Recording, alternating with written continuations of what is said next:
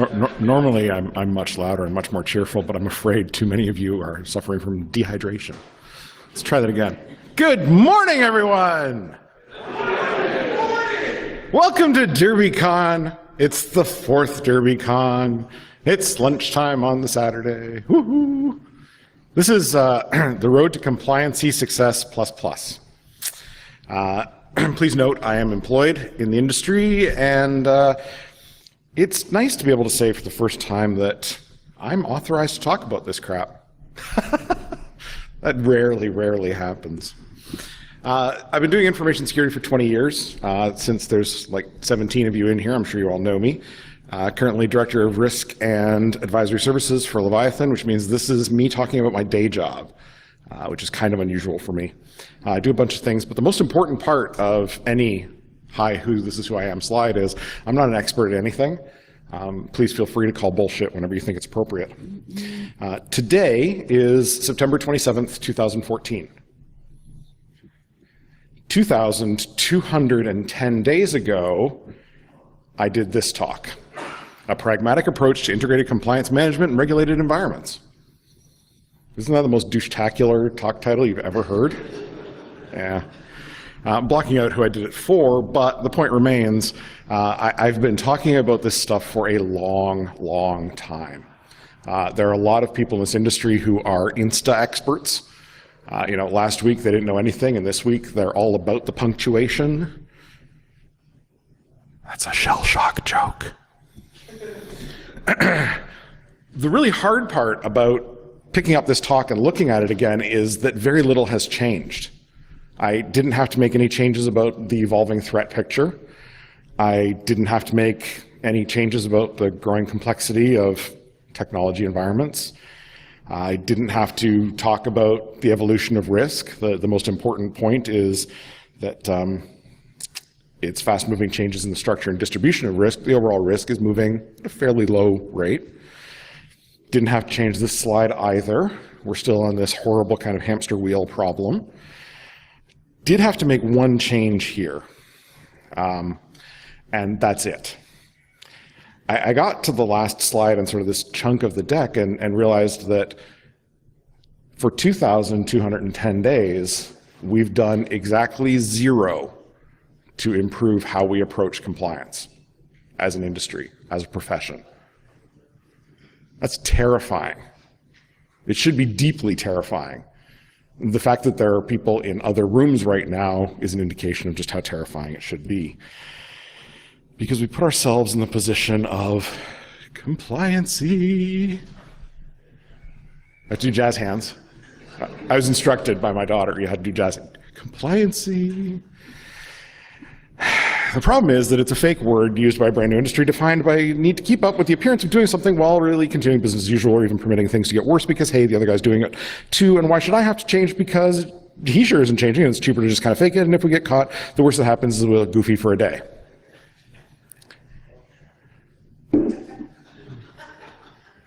If you had any idea how deep the joke was there, you would fall over, sir. I'll tell you after. Oh, that doesn't matter. The joke's still funny. So here's the thing. This is the definition that I used in 2008. I predicted 6 years of business process, 6 years of product, 6 years of, oh, I'm sorry I lost all of your data.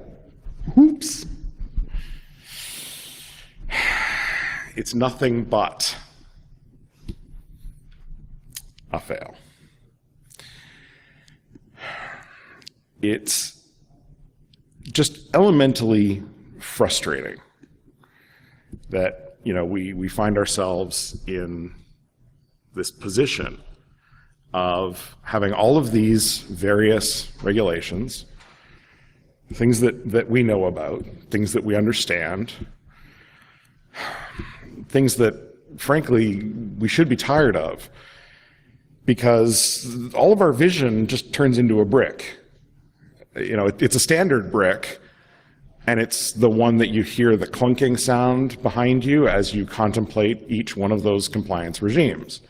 It's, you want me to be compliant with rules that were developed by a flunky who works for someone who won a rigged popularity contest that happens on a quadrennial basis. I'm sorry. My professional response to that is, what the fuck? Anybody who's read a HIPAA security rule document can understand me. It is internally inconsistent. There are rules that are contrary to each other within the standard document.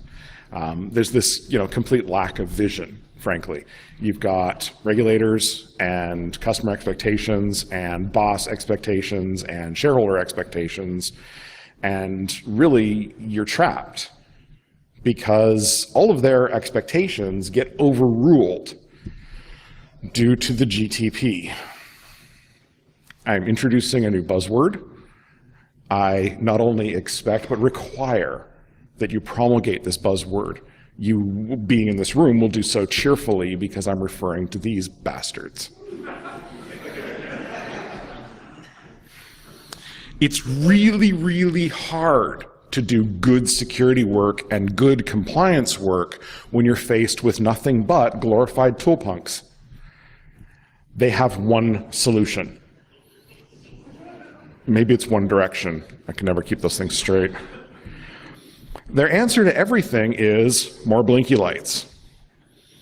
And to those of you who are in excess of 30 years old and actually know what that picture is of, you'll understand how stupid that ends up. Oh, thank you for the blinky lights. This is something that doesn't work out well, to be honest. More blinky lights is not the solution to the problem. More blinky lights is the problem. Is it that we need more people and process and less technology? I don't actually know. And that's really the crux of the problem. The technology hasn't improved at nearly the rate that it should have. We're still waiting for some very fundamental things. One of these days, I'm sure endpoint protection will stop software that I didn't authorize from running on a computer. It's going to happen someday. If I just keep paying every year, eventually the software will do what it says it does. If I just cross my fingers and hope. We can keep training specialized people. We can have those people who do only code review of Python version 2.7. That's going to help as well. We can build really good process, where it takes 16 days to approve a request for a firewall rule change. We can do all these things. But we end up with all the wrong reasons for doing them. We end up with the situation where it's like talking to your 5-year-old, where the only answer you can provide is because. Daddy, why do I have to wear pants today? Because. And, we came from a time when the information security people just said no, right? That perfect, polarized view of the world where you do it the sans way. No. Well, but we want no. And we've reached the point now where we don't even just say no anymore, we say because. And we can't articulate a reason. Whether it's a technology reason or a people reason or a process reason, we can't articulate it. This is making us look bad again, or still, I think. Yeah, we don't need help with that. You're absolutely correct. More compliance effort usually turns into less security effort because for the most part, we're just taking the standards and we're reducing them or diluting them into a checklist. And then if you've got check marks, you're good to go. Do you have a firewall? Yes. There's never that sort of second checkbox that says, did you remove it from the shipping package? Yeah, I've got a firewall. It's in a box. It's over there in the corner. Because those checklists are so incredibly poorly written by people who don't comprehend that there are a lot of really pedantic people in information security who only do exactly what they're told and in the most malicious possible way. There's the challenge, and this is sort of the day in, day out challenge piece that we face. We all want this, a nice even balance. We're secure and we're compliant, and it's all good, it's a nice even balance.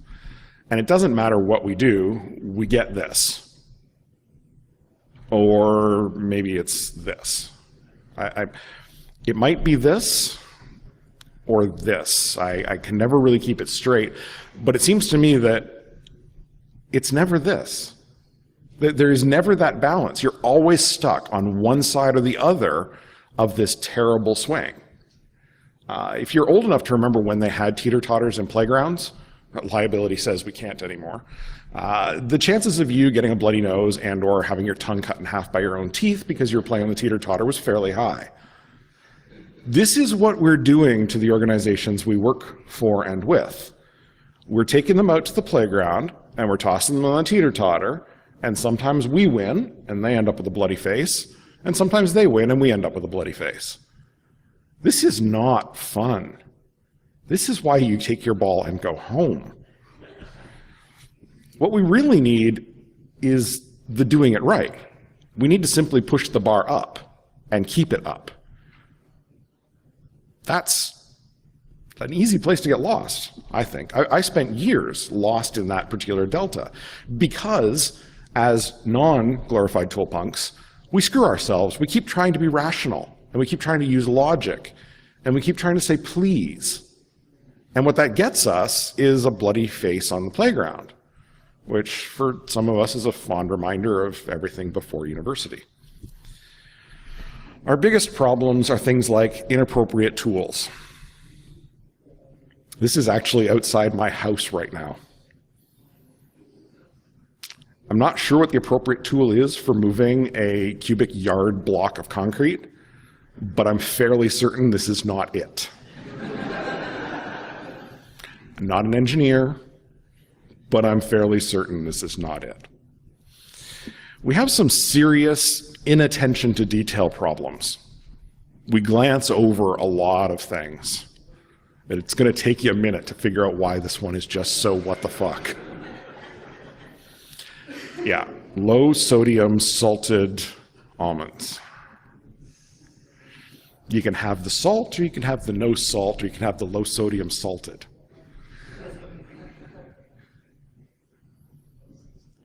Not exactly sure who thought this was a good idea. Not exactly sure how I ended up accidentally purchasing them. But I think it was inattention to detail. We have lots of situations where we put good effort. Part A, completely correct. You know, there's this nice water resist fitting on there to make sure that no water slides down the wire into the outlet housing. And part B is well done. It's a nominally exterior grade outlet. It has its flap open so that it can be utilized. It's actually a twist lock connector, so it's really hard to knock it out. Part A is correct, part B is correct, and I don't fucking understand.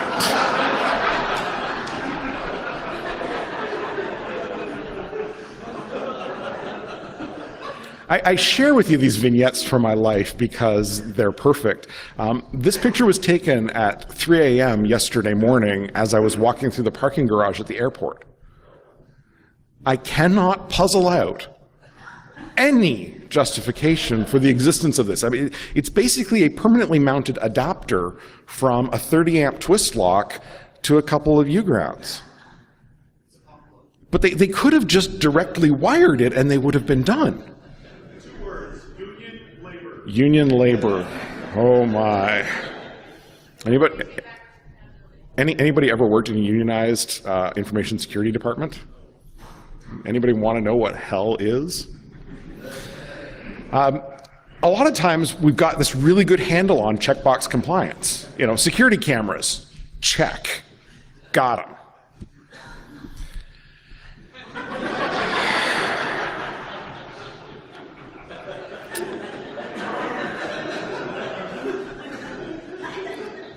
This is Thursday afternoon in my dentist's parking lot. Why my dentist needs security cameras observing their parking lot, given that they're open like banker's hours from 10 to 4, not sure, but not exactly sure what they're trying to achieve here either. They've met the requirement. Security cameras, yep, we got them. They told their insurance company, I'm sure, we've got security cameras. And their insurance company said, oh, because you represent a reduced risk, we're going to have a reduced cost associated with your policy. Congratulations.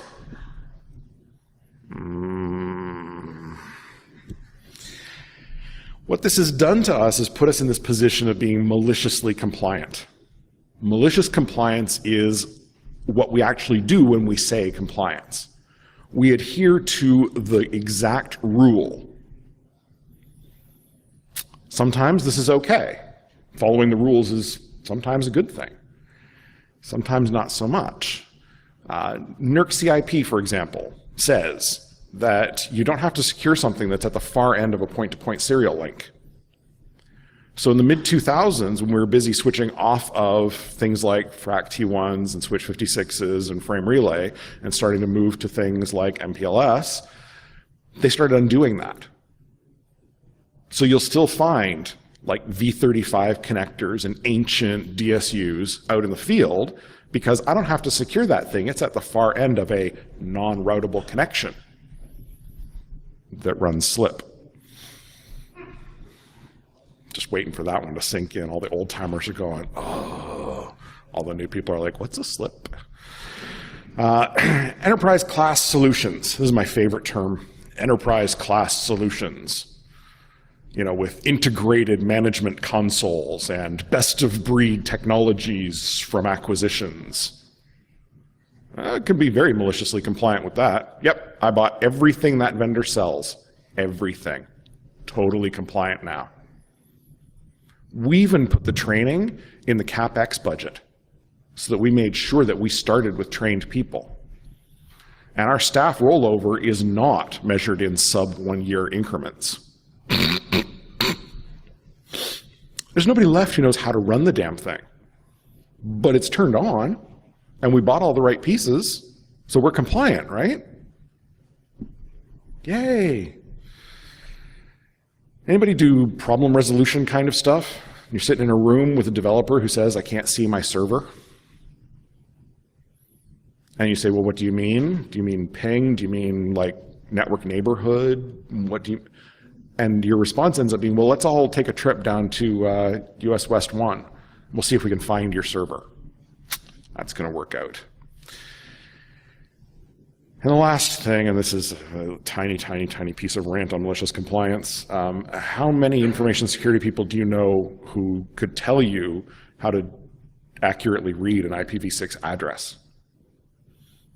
Too many dots. We're all trapped. We have a limited amount of money. In a lot of cases, a sharply limited amount of money. You know, our budgets are flat or decreasing year over year. Salary expectations are going up like stupid. You know, you got kids who are coming out of a 4-year program in information assurance and think that gets them $90,000 to $120,000 a year. And it's like, dude, no.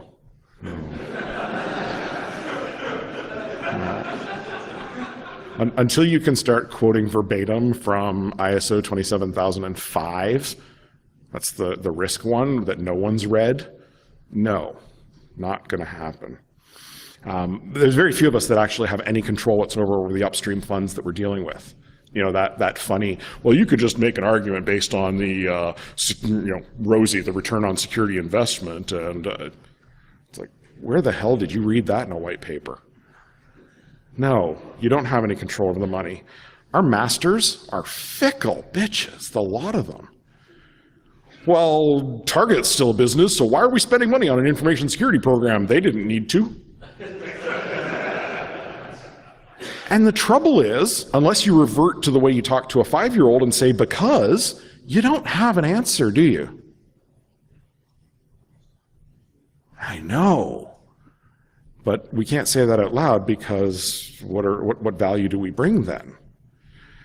You've got really, really complex problems that are completely undermined by trite little one-liners. You know, there's that trite little one-liner. Nobody ever got fired for buying IBM or Microsoft or Cisco. And now you're sitting at the, can you enumerate the people who got fired for Target, Home Depot, TJX, any of them? Not really. So your trite one-liner is really not worth shit, is it? And it's always reactive. The money thing is always reactive. Something bad happens, and there's all the money in the world, but you got to spend it now and fast. And if nothing bad has happened, there's no money. None. Doesn't matter how hard you squeeze. Never let a good crisis go to waste. I'm going to keep that line. Biggest real problem, though, isn't the money. It's the damn humans. If only. We ignore, as a profession, as an industry, as, I don't know, the weird club that ends up at places like DerbyCon, we ignore fundamental issues of humanity. Humans are lazy. We're actually really, really good at being lazy. We are professionally lazy. And we don't take advantage of this as an industry. There's a proof point for why we're really lazy. Plumbing. Because it's a lot easier to develop the technology for plumbing than it is to shovel shit every day. It's laziness expressed in its extreme. You know, I at one point had a manager who managed by the patting on the fuzzy little head method. You know, oh, you're in your desk, you must be working. Spent a week surfing Slashdot because I could, because I was in my desk. And because I'd automated the shit out of my world, I only had to work when it told me I had to work, not all the time cranking the little widget machine that makes the stuff happen. I like being lazy. Humans also take shortcuts. Every 90-degree corner that has ever been constructed in concrete has got a path that cuts across the diagonal. It's just the way it is. Humans avoid things.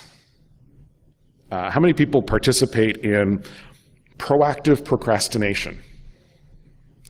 I will file and tag images in iPhoto for hours before I'll get around to writing that one document that I need to get done today.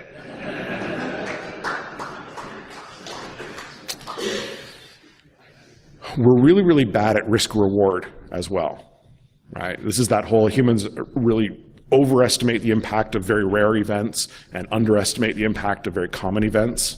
You will not die because terrorist, you will die because car, right? I mean, you guys have run the numbers, right? You know that something like 10,000 people over the last 15 years have died because of terrorism, and something like 45,000 people have died in the United States alone over the last year because of cars, and there's no war on cars. You don't have to take your shoes off when you get in your car. You don't even really have to put down your coffee, your makeup, your beer. We're really bad at risk reward and the comprehension thereof. And I hate to say this, but most of what we do is because lawyers, and lawyers I don't think are actually people.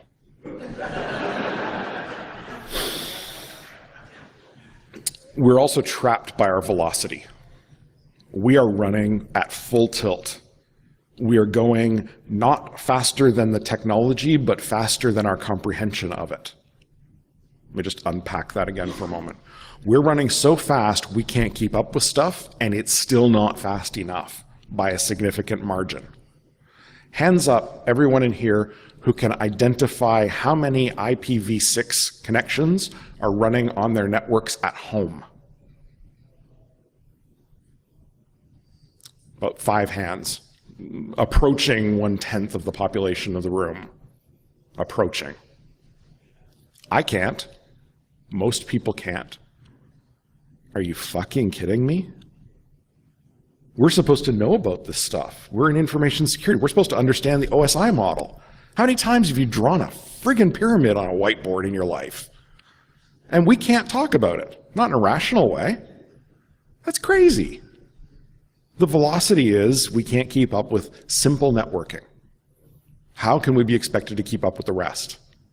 How can we unload the knowledge we have of how to do a configuration assessment on an AS400 in favor of this IoT thing, for example?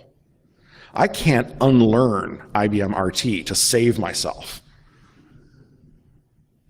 But I need to know the next new thing, and I need to know it before everybody else does, so that I can maintain some sort of credibility as an information security person. We're getting killed by money, people, and simple velocity. We have no margin for safety. And then there's the 5% problem.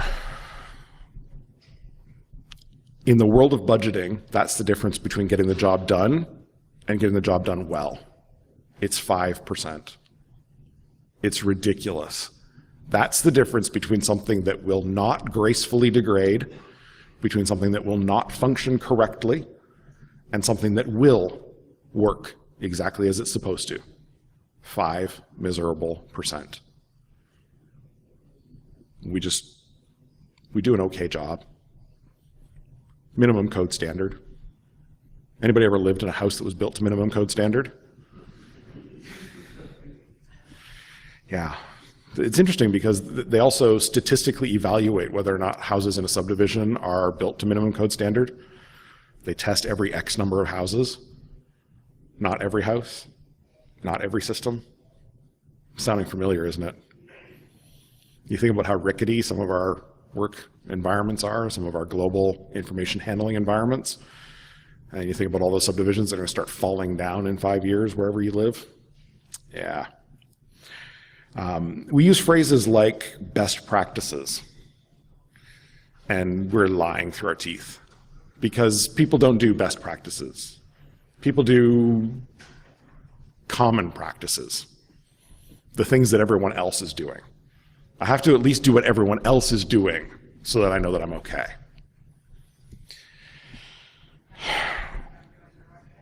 Yeah. We say that we refuse to accept mediocrity. We're all very proud, you know. Merca.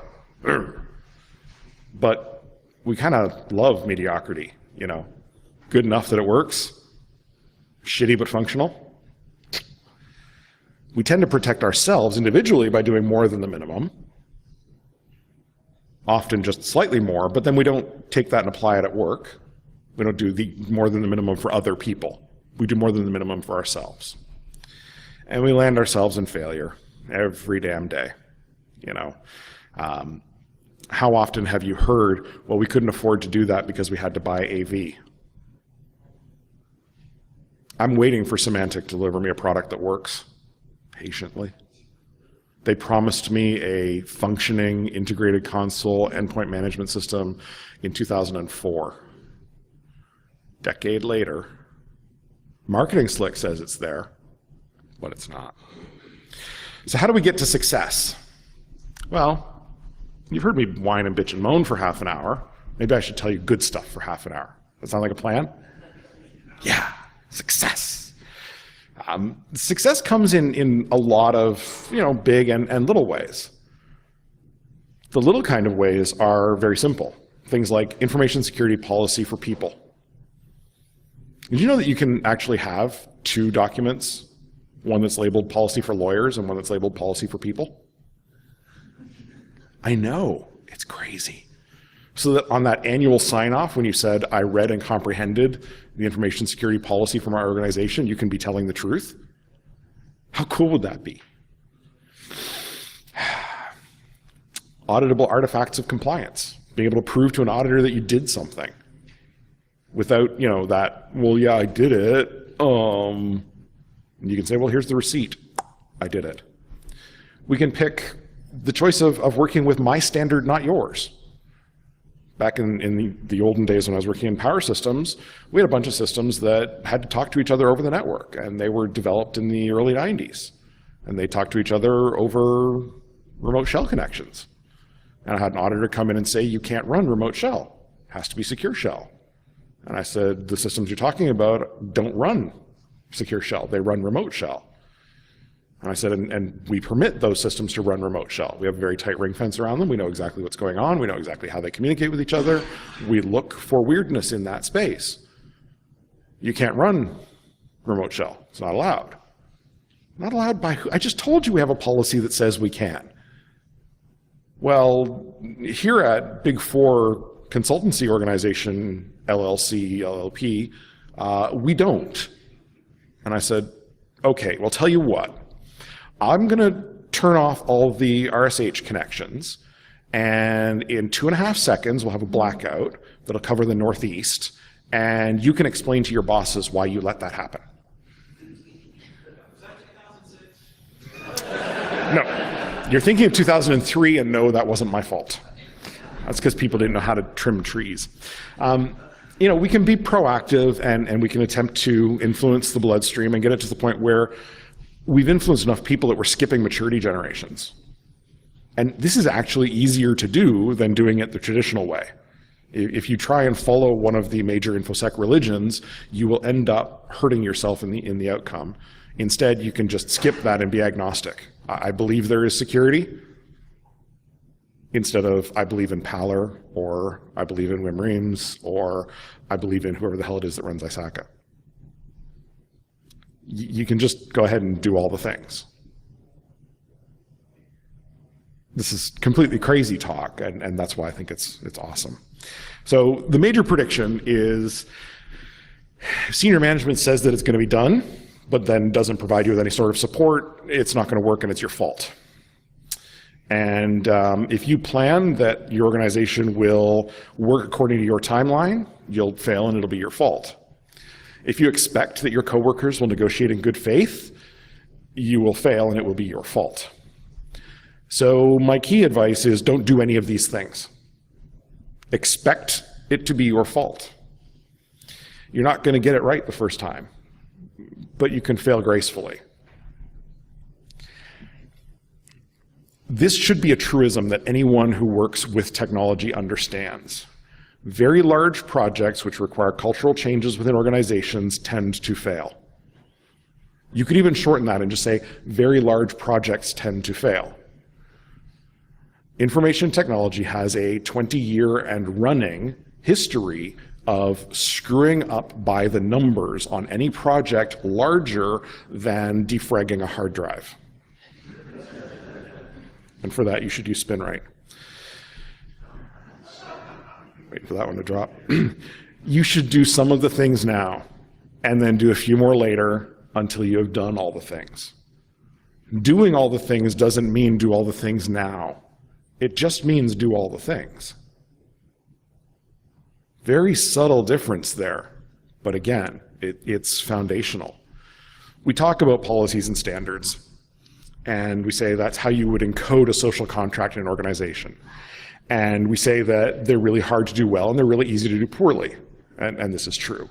At this point in my career, due to intellectual property and not being permitted to copy-paste everything I've ever done in my life, I've written 27,000 or 1799 series compliant policy sets probably like 20 or 25 times. And I've gotten to the point now where I can just sit down and write a compliant policy set from memory, which is a skill none of you want to attain. It's very easy to screw them up. You walk into any very large organization and you will find 7 feet of shelfware that's ISO 9001, ISO 14000 series quality stuff, and you'll see 27,000 series in there as well. And it's nice to look at, and I'm certain at some point some auditor will look for it or some lawyer will point out that there's a flaw with it, and you can suck it up and move on, and that's okay. But I think this is really a structural problem. This is what we've been taught. This is the standard, right? It's policy, and then standards, and then guidelines. And there's a line that connects them all.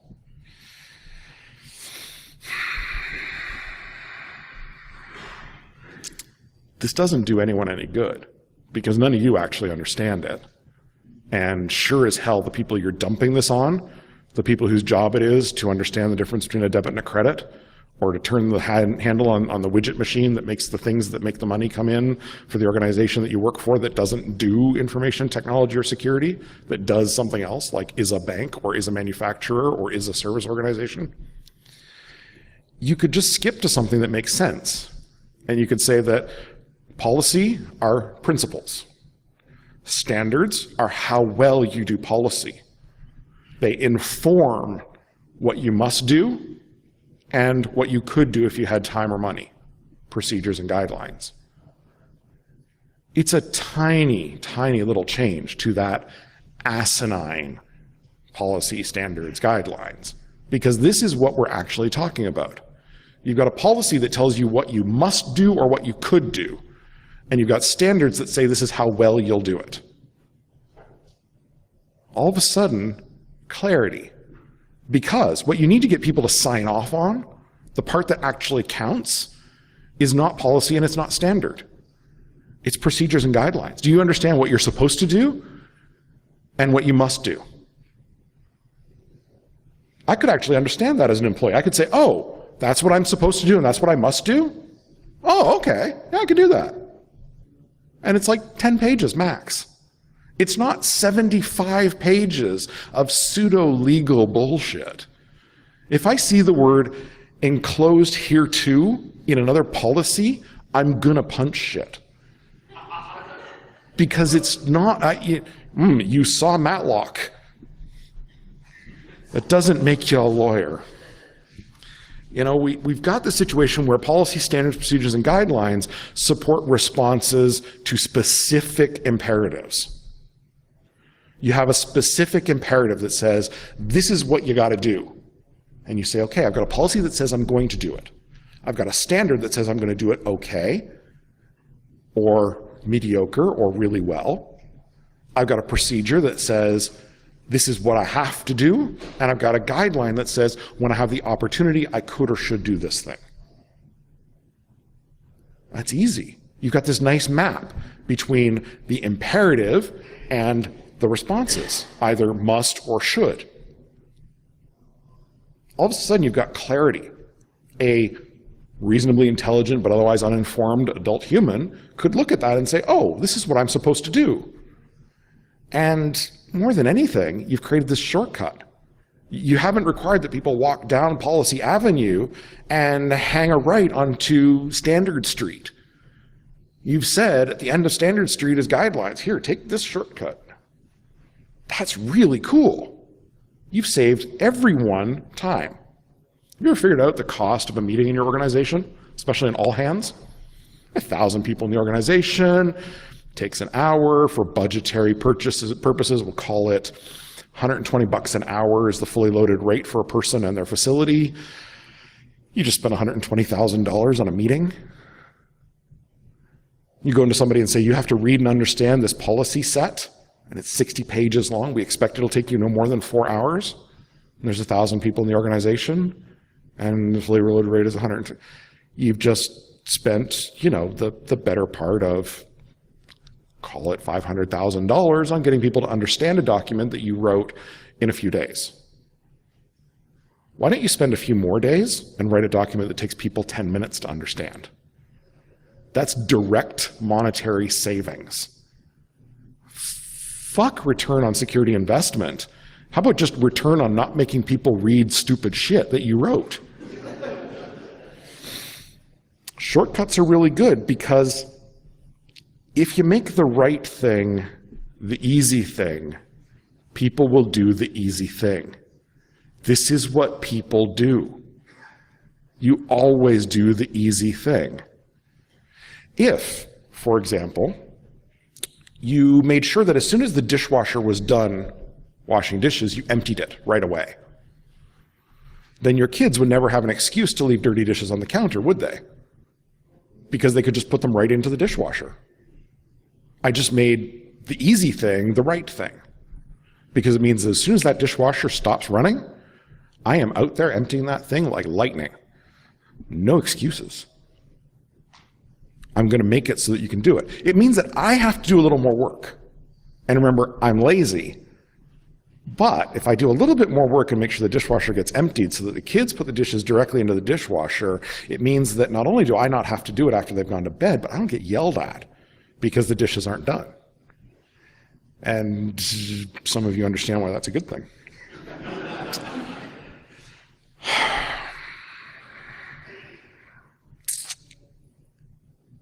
Yeah, I mean, it's true. This is mostly the whinging of the policy wonk. And I don't want to do it because it's starting to smell like work. Work sucks. But you can just lower your expectations. About half the audience is singing the song in their head right now. It's just easier to say, you know what? I'm not going to be 100% compliant. And there are a bunch of good reasons to say that. For example, you're working in a name brand bank that is supposed to be PCI compliant in at least parts of its operations, but it's going to cost like $13 million to make the bank compliant. And the fine from the PCI Council is only $100,000 a year. Where's my checkbook? I'll just write you 10 years worth of fines. And I've saved the company $12 million. That's awesome. Because I've said, my expectation is that we will not be compliant. My expectation is that we would fail that compliance check. Why? Because I don't think it's that important. As an issuing bank, whether or not we do the right thing with credit card numbers when we take a payment is really friggin' irrelevant. Because we have a lot of credit card numbers in our issuing bank. Sorry, we're really not pivoting risk here. We have millions of customers and we take thousands of payments. Not a risk I'm going to worry about. Not something that I need to even put money behind. I can just lower that expectation. I can say, for example, that we're not going to run with outbound firewall rules. I mean, most organizations said that 15 years ago, but I don't need outbound firewall rules. It'll be fine. Why? Because I'm going to make sure that I have really good inbound firewall rules for the first time in my company's existence. We will not have a stack of 5,000 rules that has an undocumented any in rule position number 3. You know why I'm looking at you too. We can choose to be meta compliant. We can say, instead of being compliant with a regime, I'm going to be compliant with all the things. I am going to take all of the potential compliance regimes that I could have dumped on me, and I am going to logically sum them. So if this one says that I have to have a password complexity rules of at least 1 upper, 1 lower, 1 number, and this other one says my complexity rules will be at least 1 upper, 1 lower, and 1 symbol, my complexity rules are going to be 1 upper, 1 lower, 1 number, and 1 symbol. This is easy to do, right? This means that you don't have one set of rules for health systems and one set of rules for payment systems. If you're a doctor's office, this would be a smart damn thing to do. So, meta compliance.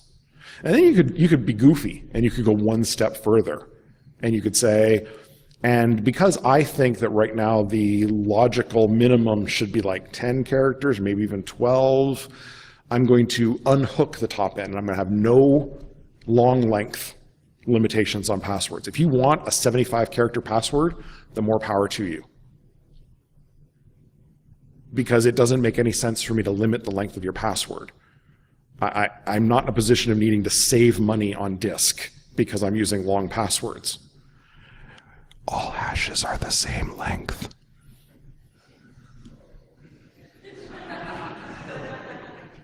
You've had these arguments, right? Or if you haven't, now you're gonna. you get these modest gains because you said, we're not gonna do mega projects. Screw mega projects. I'll do 1,000 little projects. The idea of doing quarterly releases of software or doing 10 releases in a day, DevOps all the way. I would rather do 10 releases a day than do 1 release a quarter because less shit breaks. And when it does break, fixing it is less work.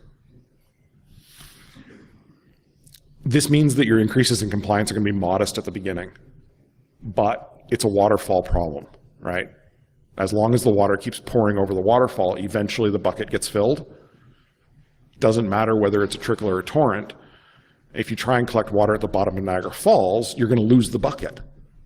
So just take what you can get when you can get it.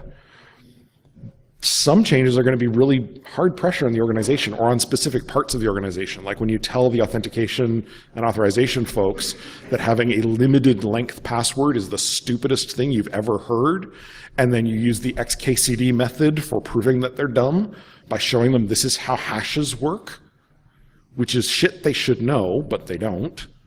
And because you educated them with a smile on your face, one or two of them are going to go, oh, duh, of course. All I need to do is make sure that I can parse a longer hash, or parse a longer password into a hash. Okay, some buffery shit and some other developer-y shit that I don't understand, but not complex. And you made a friend because you bought them coffee or a drink. Eventually, though, it all starts to have a very significant impact on your compliance. You need to do some stick handling stuff. It's a Canadian term for playing hockey.